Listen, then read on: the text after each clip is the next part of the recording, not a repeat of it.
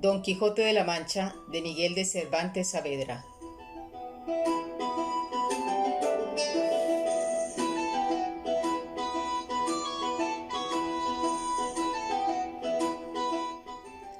Entrega 31.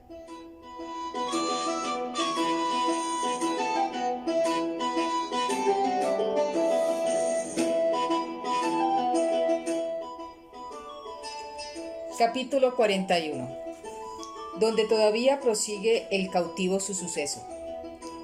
No se pasaron 15 días cuando ya nuestro renegado tenía comprada una muy buena barca, capaz de más de 30 personas, y para asegurar su hecho y darle color, quiso hacer, como hizo, un viaje a un lugar que se llamaba Sarguel, que está 30 leguas de Argel hacia la parte de Orán,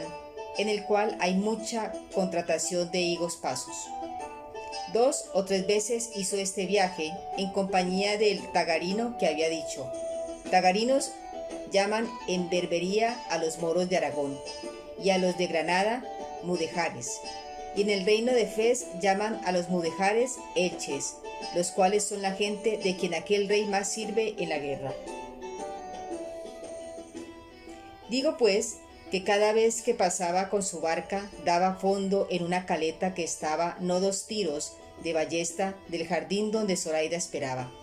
y allí, muy de propósito, se ponía el renegado con los morillos que bogaban el remo, o ya a hacer la sala, o a como por ensayarse de burlas a lo que pensaba hacer de veras, y así se iba al jardín de Zoraida y le pedía fruta, y su padre se la daba sin conocerle. Y aunque él quisiera hablar a Zoraida, como él después me dijo, y decirle que era él el que por orden mía le había de llevar a tierra de cristianos, que estuviese contenta y segura, nunca le fue posible, porque las moras no se dejan ver de ningún moro ni turco, si no es que su marido o su padre se lo manden. De cristianos cautivos se dejan tratar y comunicar, aún más de aquello que sería razonable. Y a mí me hubiera pasado que él la hubiera hablado, que quizás la alborotara, viendo que su negocio andaba en boca de renegados. Pero Dios, que le ordenaba de esta manera, no dio lugar al buen deseo que nuestro renegado tenía, el cual, viendo cuán seguramente iba y venía a Sarguel, y que daba fondo cuándo y cómo y a dónde quería, y que el tagarino, su compañero, no tenía más voluntad de lo que la suya ordenaba, y que yo estaba ya rescatado, y que solo faltaba buscar algunos cristianos que bogasen el remo, me dijo que mirase yo cuáles quería traer conmigo, fuera de los rescatados, y que los tuviese hablados para el primer viernes, donde tenía determinado que fuese nuestra partida. Viendo esto, hablé a 12 españoles, todos valientes hombres del remo y de aquellos que más libremente podían salir de la ciudad. Y no fue poco hallar tantos en aquella coyuntura, porque estaban 20 bajeles en corso, y se habían llevado toda la gente de remo, y estos no se hallaban, si no fuera que su amo se quedó aquel verano sin ir en corso, y acabar una galeota que tenía en astillero. A los cuales no les dije otra cosa, sino que el primer viernes en la tarde se salieran uno a uno, disimuladamente, y se fueran la vuelta del jardín de Aguimorato, y que allí me aguardasen hasta que yo fuese. A cada uno di este aviso de por sí, con orden que, aunque allí viesen a otros cristianos, no les dijesen sino que yo les había mandado esperar en aquel lugar. Hecha esta diligencia, me faltaba hacer otra, que era la que más me convenía, y era invitar a la de avisar a Zoraida en el punto que estaban los negocios, para que estuviese apercibida y sobre aviso, que no se sobresaltase si el improviso de que asaltásemos antes del tiempo que ella podía imaginar que la barca de cristianos podía volver. Y así determiné que ir al jardín y ver si podía hablarla, y con ocasión de coger algunas hierbas, un día antes de mi partida fui allá, y la primera persona con quien encontré fue con su padre, el cual me dijo, en lengua que en toda la barbería y aun en Constantinopla se halla entre cautivos y moros, que ni es morisca, ni castellana, ni de otra nación alguna, sino una mezcla de todas las lenguas con la cual todos nos entendemos. Digo, pues, que en esta manera de lenguaje me preguntó que qué buscaba en aquel jardín, ¿Y de quién era? Respondíle que era esclavo de Arnoux Mamí, y esto porque sabía yo por muy cierto que era un grandísimo amigo suyo, y que buscaba de todas hierbas para hacer ensalada. Preguntóme, por el consiguiente, si era hombre de rescate o no, y que cuánto pedía mi amo por mí. Estando en otras estas preguntas y respuestas, salió de la casa del jardín la bella Zoraida, la cual ya había mucho que me había visto, y como las moras en ninguna manera hacen melindre de mostrarse a los cristianos, ni tampoco se esquivan, como ya he dicho, no se le dio nada de venir a donde su padre conmigo estaba. Antes, luego, cuando su padre vio que venía, y despacio la llamó y mandó que llegase. Demasiada cosa sería decir que yo agora la mucha hermosura, la gentileza, el gallardo y rico adorno con que mi querida Zoraida se mostró a mis ojos. Solo diré que más perlas pendían de su hermosísimo cuello, orejas y cabellos, que cabellos tenía en la cabeza, en las gargantas de sus pies, que descubiertas a su usanza traía 2 carjales, que así llaman las maranillas o agorjas de los pies en moriscos, de purísimo oro, con tantos diamantes engastados que ella me dijo después que su padre los estimaba en 10.000 doblas, y las que traía en las muñecas de las manos valían otro tanto. Las perlas eran en gran cantidad y muy buenas, porque la mayor gala y bizarría de las moras es adornarse de ricas perlas y alforjar. Y así hay más perlas y alforjar entre moros que entre todas las demás naciones. Y el padre de Zoraida tenía fama de tener muchas y de las mejores que en Arguel había, y de tener asimismo más de 200.000 escudos españoles, de todo lo cual era señora esta que ahora lo es mía. Sin con este y todo este adorno, ¿podía venir entonces hermosa o no? Por las reliquias que le han quedado en tantos trabajos se podía conjeturar cuál sería de ser en las prosperidades. Porque ya se sabe que la hermosura de algunas mujeres tiene días y sazones, y requiere accidentes que disminuyen o acrecienten. Y es natural cosa que las pasiones del ánimo la levanten o abajen, puesto que las más veces la destruyen.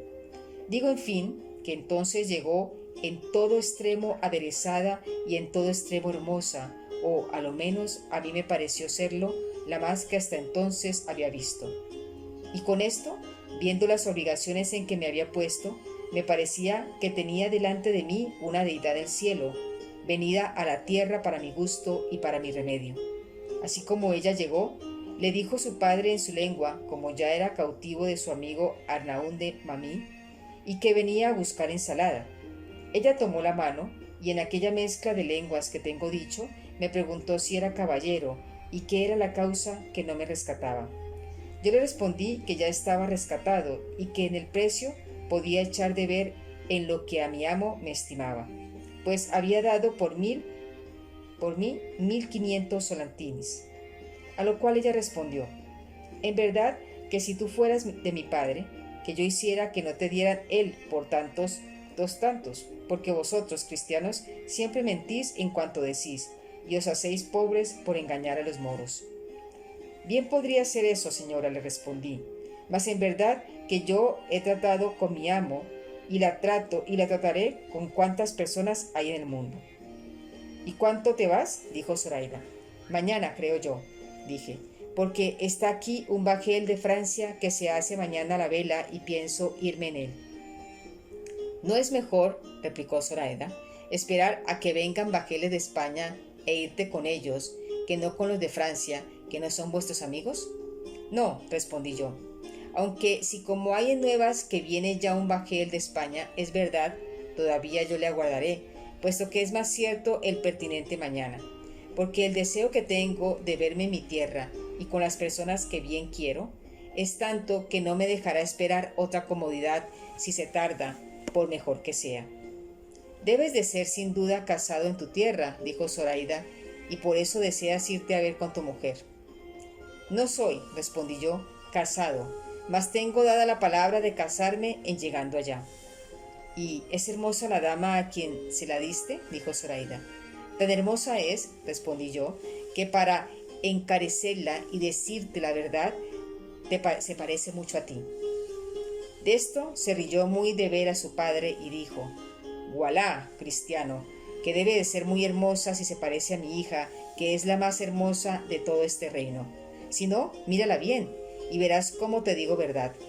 Servíanos de intérprete a la más de estas palabras y razones el padre de Zoraida, como más ladino, que, aunque ella hablaba la bastarda lengua, que como he dicho allí se usa, más declaraba su intención por señas que por palabras. Estando en estas y otras muchas razones, llegó un moro corriendo y dijo a grandes voces que por las bardas o paredes del jardín habían saltado 4 turcos y andaban cogiendo la fruta, aunque no estaba madura. Sobresaltóse el viejo y lo mismo hizo Zoraida, porque es común y casi natural el miedo que los moros a los turcos tienen, especialmente a los soldados, los cuales son tan insolentes y tienen tanto imperio sobre los moros que a ellos están sujetos, que los tratan peor que si fueran esclavos suyos. Digo pues que dijo su padre a Zoraida: hija, retírate a la casa y enciérrate, en tanto que yo voy a hablar a estos canes, y tú, cristiano, busca tus hierbas y vete en buena hora, y llévate Alá con bien a tu tierra. Yo me incliné, y él se fue a buscar los turcos, dejándome solo con Zoraida, que comenzó a andar muestras de irse donde su padre la había mandado. Pero apenas él se encubrió con los árboles del jardín, cuando ella, volviéndose a mí, llenó los ojos de lágrimas, me dijo: a Messi, cristiano Messi. ¿Qué quiere decir? Baste, cristiano, baste. Yo le respondí: señora, sí, pero no en ninguna manera sin ti. El primero jamás me guarda. Y no te sobresaltes cuando no veas, que sin duda alguna iremos a tierra de cristianos. Yo le dije esto de manera que ella me entendió muy bien a todas las razones que entre ambos pensamos.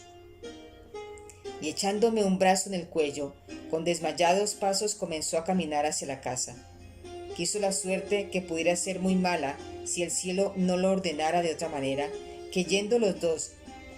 de la manera y postura que os he contado, con un brazo al cuello, su padre, que ya volvía de hacer ir a los turcos, nos vio de la suerte y manera que íbamos, y nosotros vimos que él nos había visto. Pero Zoraida, advertida y discreta, no quiso quitar el brazo de mi cuello, antes se llegó más a mí y puso su cabeza sobre mi pecho, doblando un poco las rodillas, dando claras señales y muestras que se desmayaba. Y yo, ansimismo, di a entender que la sostenía contra mi voluntad. Su padre llegó corriendo a donde estábamos y viendo a su hija de aquella manera, le preguntó que qué tenía, pero como ella no le respondía, dijo su padre: sin duda alguna que con el sobresalto de la entrada de estos canes se ha desmayado. Y quitándola del mío, la arrimó a su pecho. Y ella, dando un suspiro y aún no enjunto los ojos de lágrimas, volvió a decir: a Messi, cristiano Messi, vete, cristiano, vete. A lo que su padre respondió: no importa, hija, que el cristiano se vaya, que ningún mal te ha hecho, y los turcos ya son idos. No te sobresaltes cosa alguna, que ninguna hay que pueda darte pesadumbre, pues, como ya te he dicho, los turcos, a mi ruego, se volvieron por donde entraron. Ellos, señor, la sobresaltaron como has dicho, dije yo a su padre, mas pues ella dice que yo me vaya, no la quiero dar pesadumbre. Quédate en paz y con tu licencia volveré, si fuere menester, por hierbas a este jardín, que, según dice mi amo, en ninguno las hay mejores para ensalada que en él. Todas las que quisieras poder tomar, respondió Agi Morato, que mi hija no dice esto porque tú ni ninguno de los cristianos la enojaban, sino que por decir que los turcos se fuesen, dijo que tú te fueses, o porque ya era hora que buscases tus hierbas. Con esto me despedí al punto de entre ambos, y ella, arrancándosele el alma, al parecer se fue con su padre. Y yo, con achaque de buscar las hierbas, rodeé muy bien y a mi placer todo el jardín. Miré bien las entradas y salidas, y la fortaleza de la casa, y la comodidad que se podía ofrecer para facilitar todo nuestro negocio. Hecho esto, me vine y di cuenta de cuanto había pasado al renegado y a mis compañeros, y ya no veía la hora de verme gozar sin sobresalto del bien que en la hermosa y bella Zoraida la suerte me ofrecía. En fin, el tiempo se pasó y se llegó al día y plazo de nosotros tan deseado, y siguiendo todos el orden y parecer que, con discreta consideración y largo discurso, muchas veces habíamos dado, Tuvimos el buen suceso que deseábamos, porque el viernes que se siguió al día que yo con Zoraida hablé en el jardín, nuestro renegado, al anochecer, dio fondo con la barca casi flotanero de donde la hermosísima Zoraida estaba. Ya los cristianos que habían de bogar el remo estaban prevenidos y escondidos por diversas partes de todos aquellos alrededores. Todos estaban suspensos y alborozados, aguardándome, deseosos ya de investir con el baguel que a los ojos tenían, porque ellos no sabían el concierto del renegado, sino que pensaban que a fuerza de brazos habían de haber y ganar la libertad, quitando la vida a los moros que dentro de la barca estaban. Sucedió pues que, así como yo me mostré y mis compañeros, todos los demás, escondidos que nos vieron, se vinieron llegando a nosotros. Esto era ya a tiempo que la ciudad estaba ya cerrada, y por toda aquella campaña ninguna persona aparecía. Como estuvimos juntos, dudamos si sería mejor ir primero por Zoraida o rendir primero a los moros bagarinos, que bogaban el remo en la barca. Y estando en esta duda, llegó a nosotros nuestro renegado diciéndonos que en qué nos deteníamos, que ya era hora, y que todos sus moros estaban descuidados, y las más de ellos durmiendo. Dijémosles que en lo que reparábamos, y él dijo que lo que más importaba era rendir primero el baguel, que se podía hacer con grandísima facilidad y sin peligro alguno, y que luego podíamos ir por Zoraida. Pareciónos bien a todos lo que decía, y así, sin detenernos más, haciendo él la guía, llegamos al bajel, y saltando él dentro primero, metió mano a un alfanje y dio un morisco. Ninguno de vosotros se mueva de aquí si no quiere tener la cueste de su vida. Ya a este tiempo habían entrado dentro casi todos los cristianos. Los moros, que eran de poco ánimo, viendo hablar de aquella manera a Soarrés, quedándose espantados, y sin ninguno de todos ellos echar mano a las armas, que pocas o casi ninguna tenían, se dejaron, sin hablar alguna palabra, maniatar de los cristianos, los cuales, con mucha presteza, lo hicieron, amenazando a los moros que si alzaban por alguna vía o manera la voz, que luego al punto los pasarían todos a cuchillo. Hecho ya esto, quedándose en guardia de los de la mitad de los nuestros, los que quedábamos, haciéndonos asimismo el renegado la guía, fuimos al jardín de Aguimorato, y quiso la buena suerte que, llegando a abrir la puerta, se abrió con tanta facilidad como si cerrada no estuviera. Y así, con gran quietud y silencio, llegamos a la casa sin ser sentidos de nadie. Estaba la bellísima Zoraida aguardándonos a una ventana, y así como siguió gente, preguntó con voz baja si éramos Mizarani, como si dijera o preguntara si éramos cristianos. Yo le respondí que sí, y que bajase. Cuando ella me reconoció, no se detuvo un punto, porque sin responderme palabra, bajó en un instante, abrió la puerta y mostróse a todos tan hermosa y ricamente vestida que no lo acierto a encarecer. Luego que yo la vi, le tomé una mano y le comencé a besar, y el renegado hizo lo mismo, y mis dos camaradas, y los demás que el caso no sabían, hicieron lo que vieron que nosotros hacíamos, que no parecía sino que le dábamos las gracias, y la reconocíamos por señora de nuestra libertad. El renegado le dijo en lengua morisca si estaba su padre en el jardín. Ella respondió que sí y que dormía. Pues será menester despertarle, replicó el renegado, y llevárnosle con nosotros, y todo aquello que tiene de valor este hermoso jardín. No, dijo ella, a mi padre no se ha de tocar en ningún modo, y en esta casa no hay otra cosa que lo que yo llevo, que es tanto, que bien habrá para que todos quedéis ricos y contentos. Y esperaros un poco y lo veréis. Y diciendo esto, se volvió a entrar, diciendo que muy presto volvería, que nos estuviésemos quedos sin hacer ningún ruido. Preguntóle al renegado lo que con ella había pasado, el cual me lo contó, a quien yo le dije que en ninguna cosa se habría de hacer más de lo que Zoraida quisiera, la cual, ya que volvía cargada con un cofrecillo lleno de escudos de oro tantos que apenas lo pudo sustentar, quiso la mala suerte que su padre despertase en el interín y sintiese el ruido que andaba en el jardín. Y asomándose a la ventana, luego conoció que todos los que en él estaban eran cristianos, y dando muchas, grandes y desaforadas voces, comenzó a decir en arábigo: «Cristianos, cristianos, ladrones, ladrones», por los cuales gritos nos vimos todos puestos en grandísima y temerosa confusión. Pero el renegado, viendo el peligro en que estábamos y lo mucho que le importaba salir con aquella empresa antes de ser sentido, con grandísima presteza subió a donde Agí Morato estaba, y justamente con él fueron algunos de nosotros, que yo no osé desamparar a la Zoraida, que como desmayada se había dejado caer en mis brazos.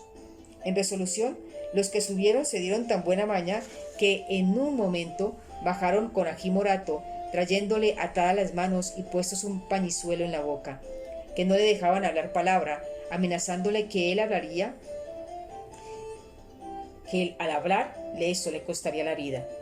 Cuando su hija le vio, se cubrió los ojos por no verle, y su padre quedó espantado, ignorando cuán de su voluntad se había puesto en estas nuestras manos.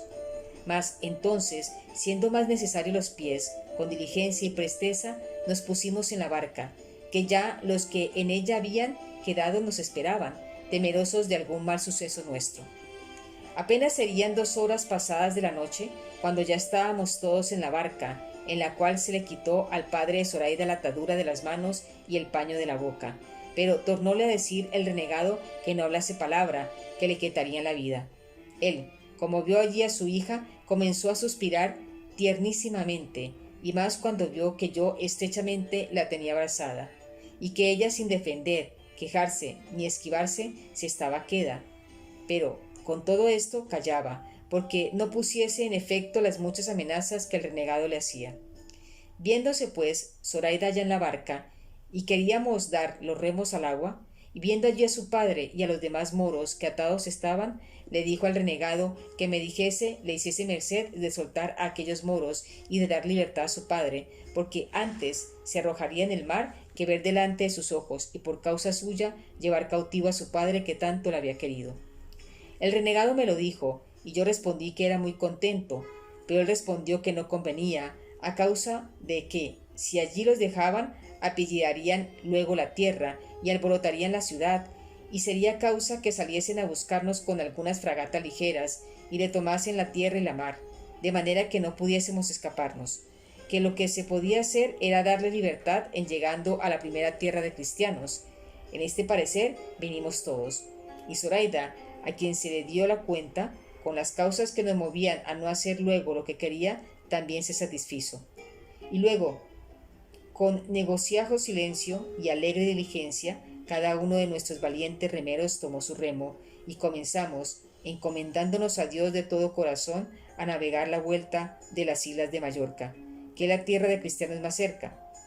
Pero a causa de soplar un poco el viento tramantona y estar la mar algo picada, no fue posible seguir la derrota de Mallorca, y fuenos forzoso dejarnos ir a tierra de la vuelta de Orán, no sin mucha pesadumbre nuestra, por no ser descubiertos del lugar de Sarguel, que en aquella costa cae 70 millas de Argel. Y asimismo temíamos encontrar por aquel paraje alguna galeota de las que de ordinario vienen con mercancía de Teluán, aunque cada uno por sí y por todos juntos presumíamos de que, si se encontraba galeota de mercancía, como no fuese de las que andan en corso, que no solo no nos perderíamos, más que tomaríamos bajel, donde con más seguridad pudiésemos acabar nuestro viaje. Iba Zoraida, en tanto que se navegaba, puesta la cabeza entre mis manos, por no ver a su padre, y sentía yo que iba llamando a Lela Marián que nos ayudase. Bien habríamos navegado 30 millas cuando nos amaneció como 3 tiros de arcabuz desviados de la tierra, toda la cual vimos desierta y sin nadie que nos descubriese. Pero con todo esto, nos fuimos a fuerza de brazos entrando un poco en la mar, que ya estaba algo más sosegada, y habiendo entrado casi 2 leguas, dióse orden que se bogase a cuarteles, en tanto que comíamos algo. Que iba bien proveída la barca, puesto que los que bogaban dijeron que no era aquel tiempo de tomar reposo alguno, que les diesen de comer lo que no bogaban, que ellos no querían soltar los remos de las manos en manera alguna. Hizóse así, y en esto comenzó a soplar un viento largo, que nos obligó a hacer luego vela y a dejar el remo y enderezar a Orán, por no ser posible poder hacer otro viaje. Todo se hizo con mucha presteza, y así, a la vela, navegamos por más de 8.000 millas por hora, sin llevar otro temor alguno, sino el de encontrar con bajel que de corso fuese. Dimos de comer a los moros bagarinos, y el renegado les consoló diciéndoles cómo nos íbamos cautivos, que en la primera ocasión que les darían serían libres. Lo mismo se le dijo al padre de Zoraida, el cual respondió: cualquiera otra cosa pudiera yo esperar y creer de vuestra liberalidad y buen término, oh cristianos, mas el darme libertad no me tengáis por tan simple que lo imagine, que nunca os pusisteis vosotros el peligro de quitármela para volverla tan liberalmente, especialmente sabiendo quién soy yo y el interese que se os puede seguir de dármela, el cual interese, si le queréis poner nombre, desde aquí os ofrezco todo aquello que quisieras por mí y por esta desdichada hija mía, o si no, por ella sola, que es la mayor y la mejor parte de mi alma. En diciendo esto, comenzó a llorar tan amargamente que a todos nos movió a compasión, y forzó a Zoraida que le mirase, la cual, viéndole llorar, así se enterneció que se levantó de mis pies y fue a abrazar a su padre, y juntando su rostro con el suyo, comenzaron los dos tan tierno llanto que muchos de los que allí íbamos le acompañamos en él. Pero cuando su padre la vio adornada de fiesta y con tantas joyas sobre sí, le dijo en su lengua: ¿qué es esto, hija? Que ayer al anochecer, antes que nos sucediese esta terrible desgracia en que nos vemos, te vi con tus ordinarios y caseros vestidos, y ahora, sin que haya tenido tiempo de vestirte y sin haberte dado alguna nueva alegre de solinizarle, con adornarte y pulirte, te veo compuesta con los mejores vestidos que yo supe y pude darte cuando nos fuese la aventura más favorable. Respóndeme a esto, que me tienes más suspenso y admirado que la misma desgracia en la que me hallo. Todo lo que el moro decía a su hija nos lo declaraba el renegado, y ella no le respondía palabra, pero cuando él vio a un lado de la barca el cofrecillo donde ella solía tener sus joyas, el cual sabía el bien que le había dejado en Argel, y no trayéndole al jardín, quedó más confuso, y preguntóle que cómo aquel cofre había venido a nuestras manos, y qué era lo que venía dentro, a lo cual el renegado, sin aguardar que Zoraida le respondiese, le dijo: no te canses, señor, en preguntar a Zoraida tu hija tantas cosas, porque con una que yo te responda, te satisfaceré todas. Y así quiero que sepas que ella es cristiana, y es la que ha sido la lima de nuestras cadenas y la libertad de nuestro cautiverio.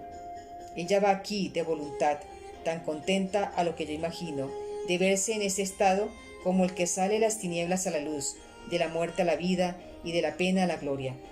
¿Es verdad lo que éste dice, hija?, dijo el moro. Así es, respondió Zoraida. ¿Qué, en efecto?, replicó el viejo, ¿tú eres cristiana y la que ha puesto a su padre en poder de sus enemigos? A lo cual respondió Zoraida: la que es cristiana yo soy, pero no la que te ha puesto en este punto, porque nunca mi deseo se entendió a dejarte ni a hacerte mal, sino a hacerme a mi bien. ¿Y qué bien es el que te has dado, hija? Eso, respondió ella, pregúntaselo tú a Lela Marián, que ella te lo sabrá decir mejor que yo. Apenas hubo oído esto el moro, cuando con una increíble presteza se arrojó de cabeza en la mar, donde sin ninguna duda se ahogará, si el vestido largo y embarazoso que traía no le entretuviese un poco sobre el agua. Dio voces Zoraida que le sacasen, y así acudimos luego todos, y haciéndole de la amafalfa, le sacamos medio ahogado y sin sentido, de que recibió tanta pena Zoraida que, como si fuese ya muerto, hacía sobre él un tierno y doloroso llanto. Volvíamosle boca abajo, volvió mucha agua, tornó en sí al cabo de 2 horas, en las cuales, habiéndose trocado el viento, nos convino volver hacia tierra y hacer fuerza de remos, por no embestir en ella. Mas quiso nuestra buena suerte que llegamos a una cala que se hace al lado de un pequeño promontorio o cabo que de los moros es llamado el de la cava rumia, que en nuestra lengua quiere decir la mala mujer cristiana. Y es tradición entre los moros que en aquel lugar esté enterrada la cava, por quien se perdió España, porque cava en su lengua quiere decir mujer mala y rumia, cristiana. Y aún tiene por mal agüero llegar allí a dar fondo cuando la necesidad les fuerce a ello, porque nunca le dan sin ella, puesto que para nosotros no fue abrigo de mala mujer, sino puerto seguro de nuestro remedio, según andaba alterada la mar. Pusimos nuestras centinelas en tierra, y no dejamos jamás los remos de la mano. Comimos de lo que el renegado había proveído y rogamos a Dios y a Nuestra Señora de todo nuestro corazón que nos ayudase y favoreciese para que felizmente diésemos fin a tan dichoso principio. Dióse orden, a suplicación de Zoraida, como echásemos en tierra a su padre y a todos los demás moros que allí atados venían, porque no le bastaba el ánimo, ni lo podía sufrir sus blandas entrañas, ver delante de sus ojos atado a su padre y a aquellos de su tierra presos. Prometímosle de hacerlo así al tiempo de la partida, pues nos corría peligro el dejarnos en aquel lugar, que era despoblado. No fueron tan vanas nuestras oraciones que no fuesen oídas del cielo, que en nuestro favor luego volvió el viento, tranquilo el mar, convidándonos a que tornásemos alegres a proseguir nuestro comenzado viaje. Viendo esto, desatamos a los moros y uno a uno los pusimos en tierra, de lo que ellos se quedaron admirados, pero llegando a desembarcar el padre de Zoraida, que ya estaba en todo su acuerdo, dijo: ¿Por qué pensáis, cristianos, que esta mala hembra huelga de que me deis libertad? ¿Pensáis que es por piedad de mí que tiene? No, por cierto, sino que lo hace por el estorbo que le dará mi presencia cuando quiera poner en ejecución sus malos deseos. Ni penséis que la ha movido a mudar religión, entender ella que la vuestra es en ventaja, sino el saber que en vuestra tierra se usa la deshonestidad más libremente que en la nuestra. Y volviéndose a Zoraida, teniéndole yo y otro cristiano de entre ambos brazos asido, porque algún desatino no hiciese, le dijo: «Oh, infame moza y mal aconsejada muchacha, ¿a dónde vas, ciega y desatinada, en poder de estos perros, naturales enemigos nuestros? Maldita sea la hora en que yo te engendré, y malditos sean los regalos y deleites en que te he criado». Pero viendo yo que llevaba término de no acabar tan presto, di priesa a ponerle en tierra, y desde allí a voces prosiguió en sus maldiciones y lamentos, rogando a Mahoma rogase a Alá que nos destruyese, confundiese y acabase. Y cuando, por habernos hecho a la vela, no pudimos oír sus palabras, vimos sus obras, que eran arrancarse las barbas, mesearse los cabellos y arrastrarse por el suelo. Mas una vez esforzó la voz de tal manera que pudimos entender que decía: «Vuelve, amada hija, vuelve a tierra, que todo te lo perdono. Entrega a esos hombres ese dinero que ya es suyo, y vuelve a consolar a este triste padre tuyo, que en esta desierta arena dejará la vida si tú la dejas». Todo lo cual escuchaba Zoraida, y todo lo sentía y lloraba, y no supo decirle ni responderle palabra, sino: «Plega a Alá, Padre mío, que Lela Marián, que ha sido la causa de que yo sea cristiana, ella te consuele en tu tristeza. Alá sabe bien que no pude hacer otra cosa de la que he hecho, y que estos cristianos no deben nada a mi voluntad, pues aunque quisieran no venir con ellos y quedarme en mi casa, me fuera imposible, según la priesa que me daba mi alma, a poner por obra esta, que a mí me parece tan buena como tú, Padre amado, la juzgas por mala». Esto dijo a tiempo que ni a su padre la oía, ni nosotros ya la veíamos, y así, consolando yo a Zoraida, atendimos todos a vuestro viaje, el cual nos le facilitaba el propio viento, de tal manera que bien tuvimos, por cierto, de vernos otro día el amanecer en la ribera de España. Mas como pocas veces o nunca viene el bien puro y sencillo, sin ser acompañado o seguido de algún mal que le turbe o sobreexalte, quiso nuestra aventura, o quizás las maldiciones que el moro a su hija había echado, que siempre se han de temer de cualquier padre que sean, quiso, digo, que estando ya engolfados y siendo ya casi pasadas 3 horas de la noche, yendo con la vela tendida de alto baja, fenillados, los remos, porque el próspero viento nos quitaba el trabajo de haberlos menester,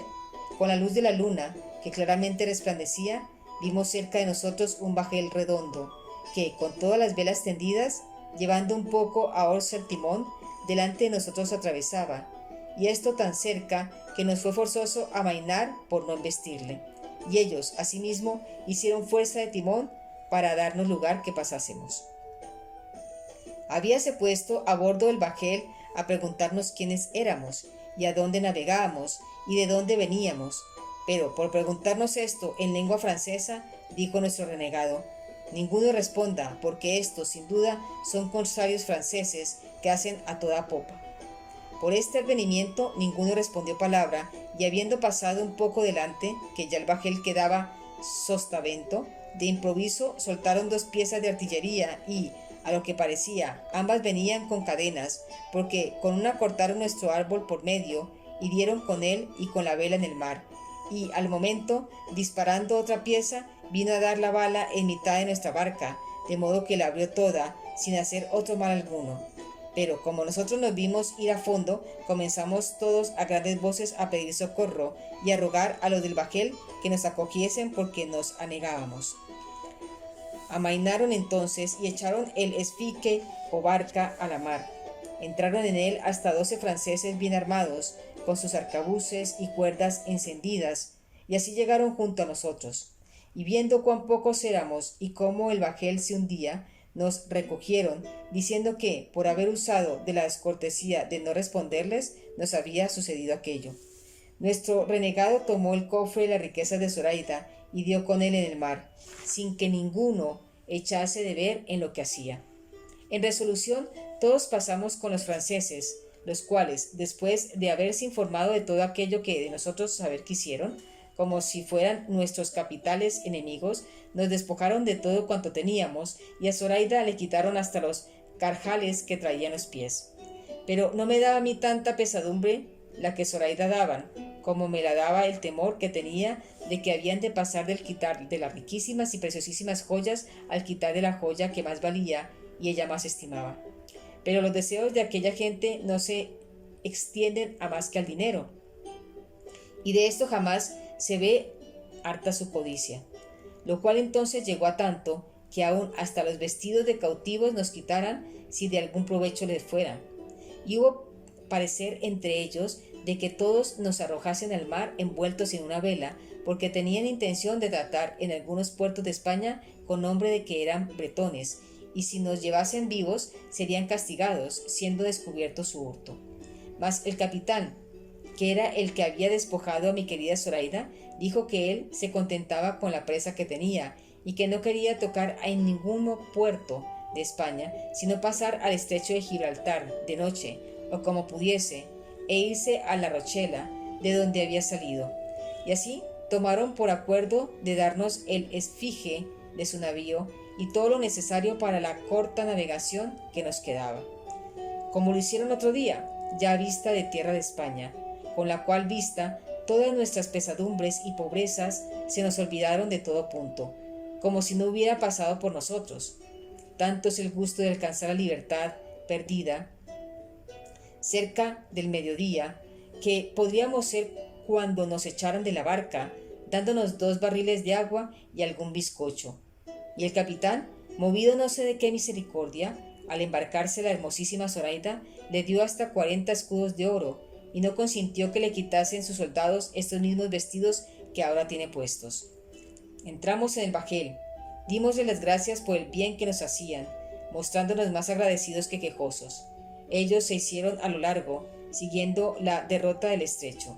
Nosotros, sin mirar a otro norte que la tierra que se nos mostraba delante, nos dimos tanta prisa a bogar que al poner del sol estábamos tan cerca que bien pudiésemos, a nuestro parecer, llegar antes que fuésemos noche. Pero, por no parecer en aquella ciudad de la luna y el cielo mostrarse oscuros, y por ignorar el paraje en que estábamos, no nos pareció cosa segura embestir en tierra, como a muchos de nosotros les parecía, diciendo que diésemos en ella, aunque fuese en unas peñas y lejos de poblado, porque así aseguraríamos el temor que de razón se debía tener que por allí anduviesen bajales de corsarios de Turán, los cuales anochecen en Barbería y amanecen en las costas de España, y hacen de ordinario presa, y se vuelven a dormir a sus casas. Pero,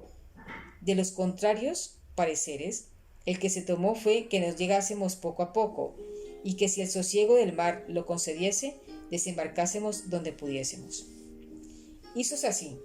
y poco antes de la medianoche sería cuando llegamos al pie de una disformísima y alta montaña, no tan junto al mar que no concediese un poco de espacio para poder desembarcar y cómodamente. Embestimos en la arena, salimos a tierra, besamos el suelo, y con lágrimas de muy alegrísimo contento dimos todos gracias a Dios, Señor nuestro, por el bien tan incomparable que nos había hecho. Sacamos de la barca los bastimentos que tenía,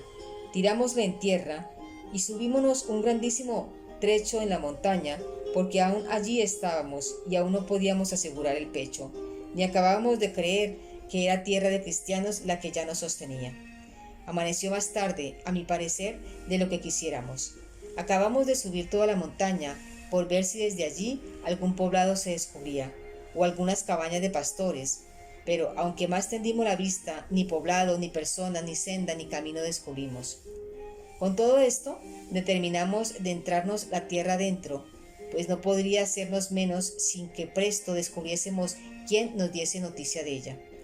Pero lo que a mí más me fatigaba era el ver ir a pie a Zoraida por aquellas asperezas que, puesto que alguna vez la puse sobre mis hombros, más le cansaba a ella mi cansancio que la reposada de su reposo. Y así nunca más quiso que yo aquel trabajo tomase, y que con mucha paciencia y muestras de alegría, llevándola yo siempre de la mano, poco menos de un cuarto de legua debíamos de haber andado, cuando llegó a nuestros oídos el son de una pequeña esquila, señal clara de que por allí cerca había ganado.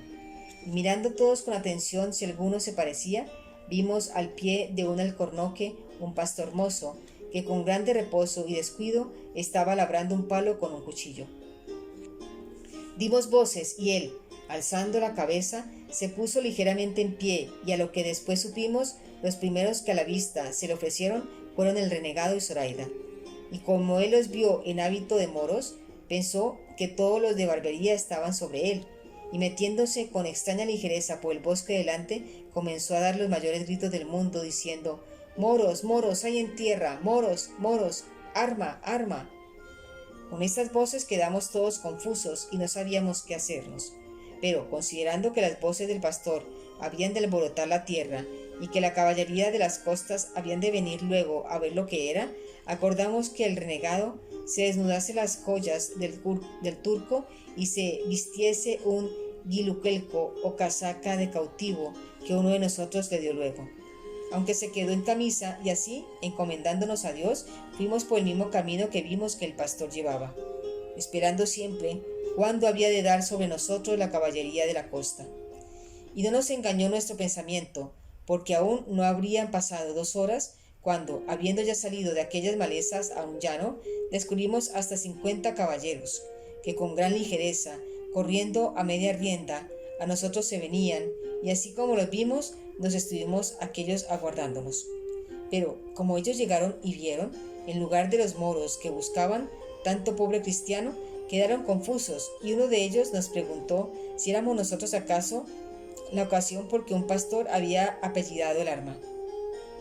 Sí, dije yo, y queriendo comenzar a decirle mi suceso, y de dónde veníamos y quiénes éramos, uno de los cristianos que con nosotros venía conoció al jinete que nos había hecho la pregunta, y dijo, sin dejarme a mí decir palabra: «Gracias sean dadas a Dios, señores, que a tan buena parte nos ha conducido, porque, si yo no me engaño, la tierra que pisamos es la de Vélez, Málaga. Si ya los años de mi cautiverio no me han quitado de la memoria el acordarme que vos, señor, que nos preguntáis quién somos, sois Pedro de Bustamante, tío mío». Apenas hubo dicho esto el cristiano cautivo, cuando el jinete se arrojó del caballo y vino a abrazar al mozo, diciéndole: «Sobrino, de mi alma y de mi vida, yo te conozco, ya te he llorado por muerto yo, y mi hermana, tu madre, y todos los tuyos que aún viven. Y Dios ha sido servido de darles vida para que gocen el placer de verte. Ya sabíamos que estabas en Argel, y que las señales y muestras de tus vestidos y la de todos los de esta compañía, comprendo que habéis tenido milagrosa libertad». «Así es», respondió el mozo, «y tiempo nos quedará para contarlo todo». Luego que los jinetes entendieron que éramos cristianos cautivos, se apearon de sus caballos, y cada uno nos convidaba con el suyo para llevarnos a la ciudad de Vélez, Málaga, que lengua y media de allí estaba. Algunos de ellos volvieron a llevar la barca a la ciudad, diciéndoles dónde la habíamos dejado. Otros nos subieron a las ancas, y Zoraida fue en la del caballo del tío del cristiano. Salíamos a recibir todo el pueblo, que ya de alguno se habían enterado de la nueva venida nuestra. No se admiraban de ver cautivos libres, ni moros cautivos, porque toda la gente de aquella costa está hecha a ver a los unos y a los otros. Pero admirábanse de la hermosura de Zoraida, la cual en aquel instante y sazón estaba en su punto, ansí con el cansancio del camino, como esto le había sacado el rostro, tales colores, si no es que la afición entonces me engañaba, osaré decir que más hermosa criatura no había en el mundo, a lo menos que yo hubiese visto. Fuimos derechos a la iglesia, a dar gracias a Dios por la merced recibida, y así, como en ella entró Zoraida, dijo que allí habían rostros que se parecían a los de la isla Marián. Dijómosle que eran imágenes suyas, y como mejor se pudo, le dio el renegado a entender lo que significaban, para que ella las adorase como si verdaderamente fuesen cada una de ellas mismas la Leila Marián que le había hablado. Ella, que tenía buen entendimiento y un natural y fácil claro, entendido luego cuando acerca de las imágenes se le dijo, desde allí nos llevaron y repartieron a todos en diferentes casas del pueblo.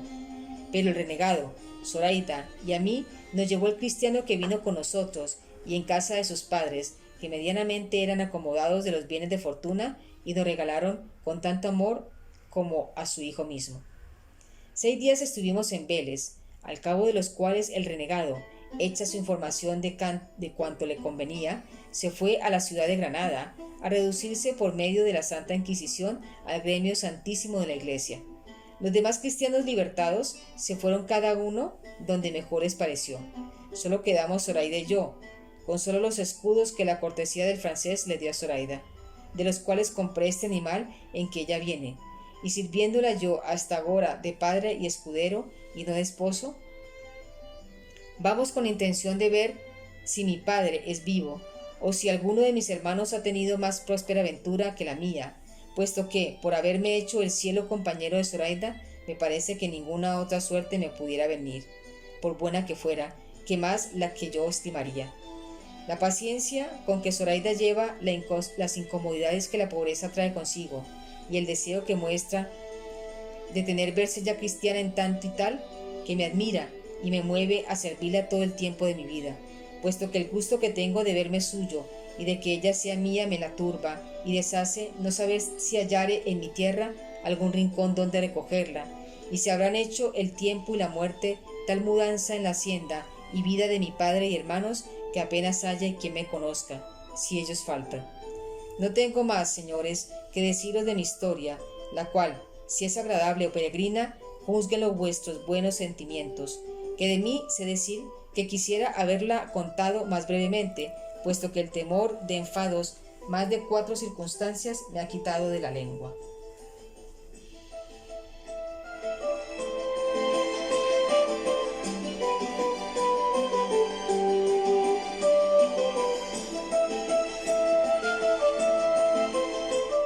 Y esperad vuestras mercedes la entrega 32.